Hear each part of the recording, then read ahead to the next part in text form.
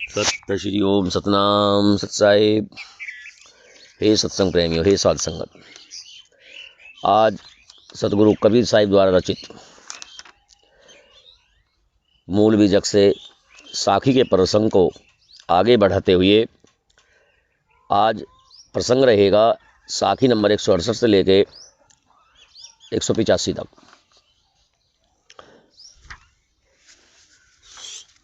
हीरा सोई सराहाइए सहे घनन की चोट, कपट कुरंगी मानवा परखत निकरा खोट। हरि ही राजन जो हरि सबन पसारी हाट, जब आवे जन जो हरि तब हीरों की साट। हीरा तहा न खोलिए जहाँ कुंजरों की हाट, सहजे गांठी बांध के लगिए अपनी बाट। हीरा परा बाजार में रहा छार लपटाए, के तहीं मूरख पची मुए कोई पारख ही लिया उठाए। सतगुरु कबीर साहिब का कथन है कि हीरा इसलिए सराहनीय है क्योंकि वे घनों की चोट। घन क्या है? लोहार के पास मोटा जो लोहे का मूसला होता है, उसमें लोहा पीटने के काम जो आता है। छोटे को हथौड़ी कह देते हैं और जो मोटा होता है उसको घन कहते हैं। तो जो उस लोहे के द्वारा बने हुए घन की भी चोट सहन कर लेता है और नहीं टूटता, वह हीरा सराहनीय है। इसी प्रकार तर्कों द्वंद्वों द्वारा अपने सिद्धांत या अपनी बातों से न डिगने वाले व्यक्ति ही प्रशंसनीय होते हैं। जो बात के पक्के होते हैं वही प्रशंसनीय होते हैं। कुभावना वाले या कपटी लोग कसौटी पर कसते ही खोटे निकल जाते हैं। अनेक मतों के गुरुओं ने सत्संग रूपी बाजार में अपने अपने ज्ञान रूपी हीरो को फैलाकर दुकान लगा रखी है। जगह जगह देखें आप, उस समय तो शायद इतना प्रचार नहीं था या इतना बड़ा ढकोसला नहीं था कि जगह जगह गुरु भगवान बन करके अपने अपने बाजार को सजाए बैठे हैं। तब भी कबीर साहिब ने उस समय जो है यह वर्णन किया है, तो इसका मतलब उस समय भी कुछ लोग होंगे जो दुकान सजाए बैठे होंगे। तो कबीर साहिब उन्हीं के लिए कह रहे हैं कि सब अपनी अपनी दुकान लगाए बैठे हैं, अनेक संप्रदायों के लोग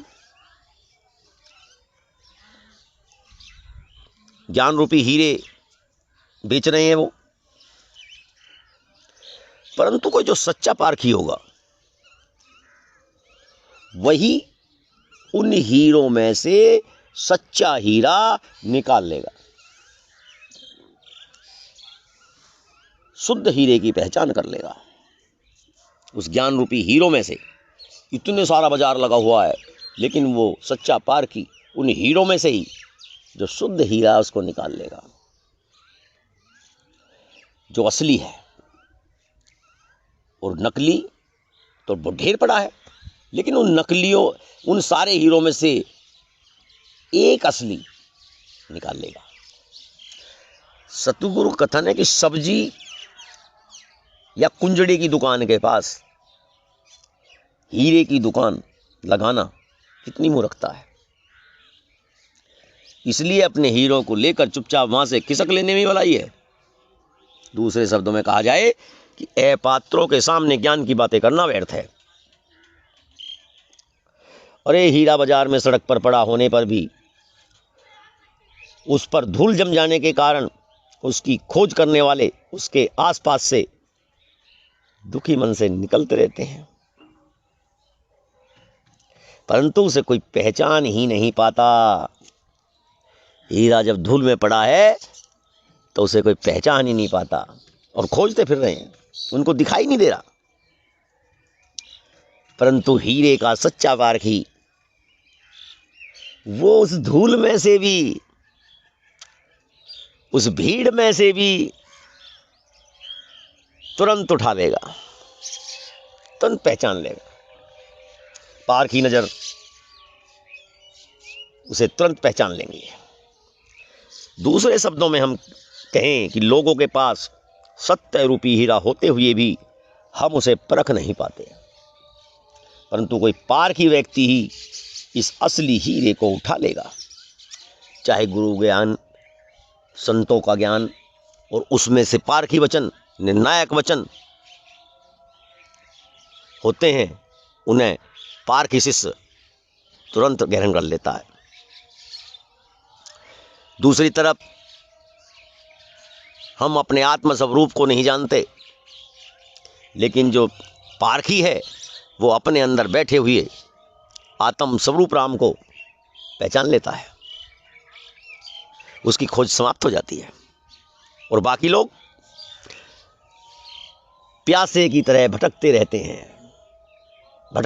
हैं, उन्हें वह हीरा नहीं मिल पाता। हीरों की ओबरी नहीं, मलियागिरी नहीं पात, सिंगों के लेहड़े नहीं, साधु न चले जमात। अपने अपने शिरों का सबन लीन है मान, हरि की बात दुरंतरी, परी न काहू जान। हाड़ जरे जस लाकड़ी, बार जसे जरे जस घास, कबीरा जरे राम रस, जस कोठी जरे कपास। सतगुरु कबीर साहब बताते हैं कि हीरों से भरी कोई कोठरी नहीं होती। हीरे इतने थोड़ी होते हैं कि कोठरी भर लो। हीरा तो दुर्लभ खनिज में पाया जाता है, दुर्लभ खनिज है, उसका कोई गोदाम नहीं मिलता। और ना ही मलियागिरी की पंक्तियां होती हैं।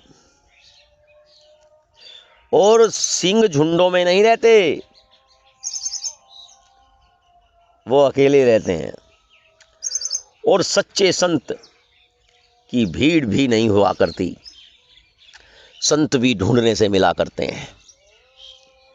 संत भी किसी किसी पारखी को ही मिला करते हैं।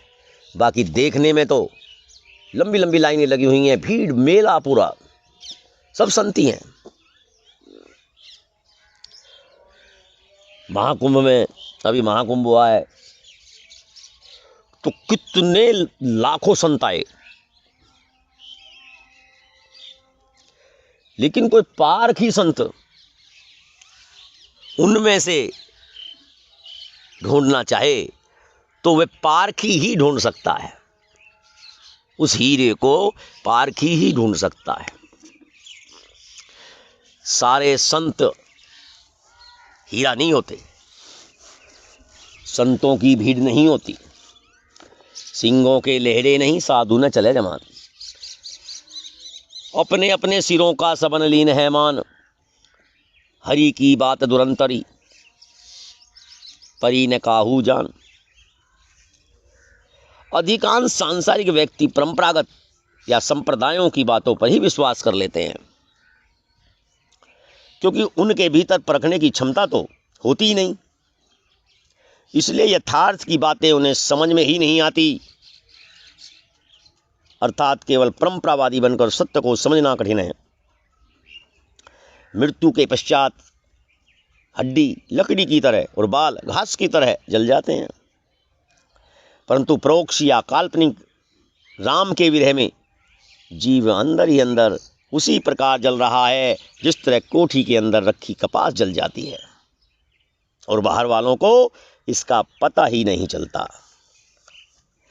हम राम की खोज में, परमात्मा की खोज में भटक रहे हैं, प्यासे हैं, तड़प रहे हैं, कहीं बाहर, कहीं दूसरी दुनिया में, यहाँ वहाँ भटक रहे हैं।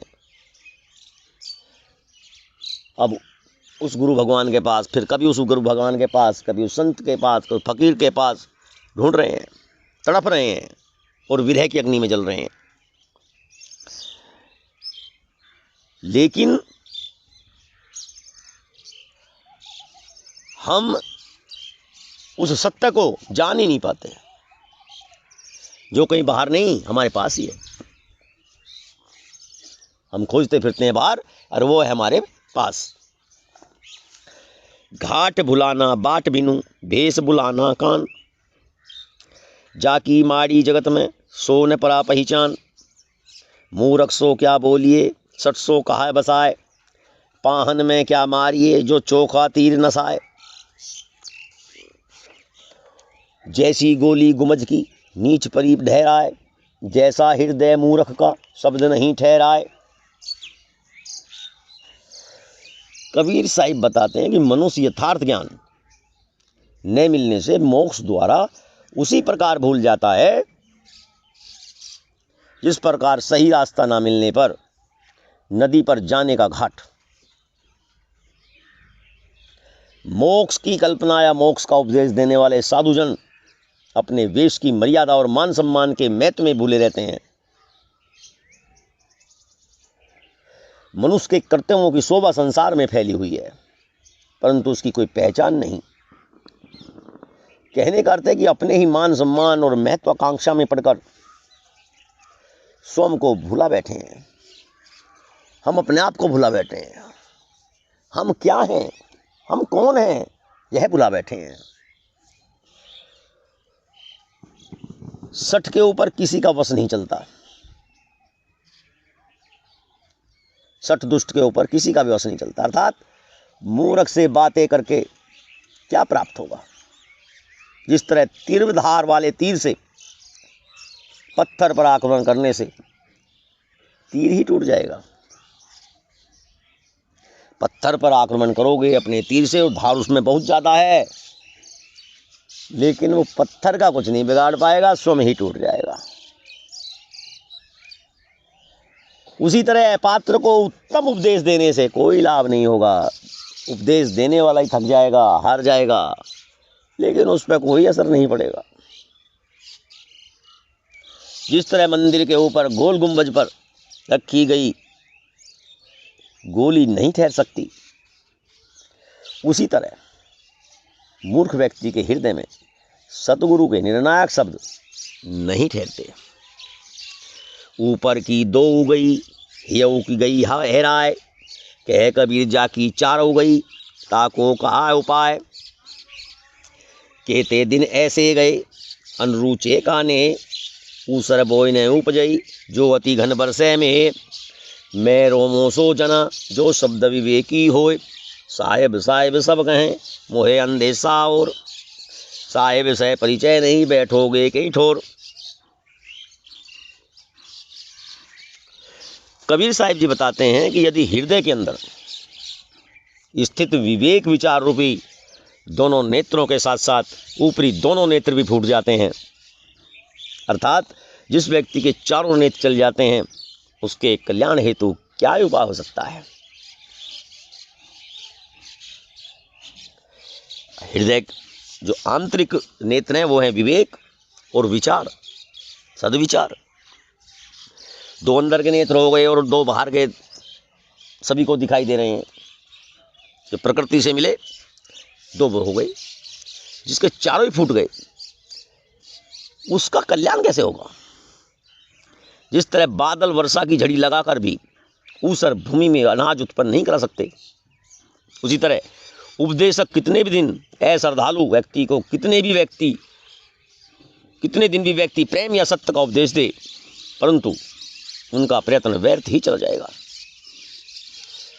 सतगुरु बताते हैं कि संसार के दुखों को तो देखकर मैं भी द्रवित हो जाता हूं तथा सन्मार्ग का रास्ता बतलाता हूं, परंतु ऐसे लोग ध्यानपूर्वक सोचते ही नहीं।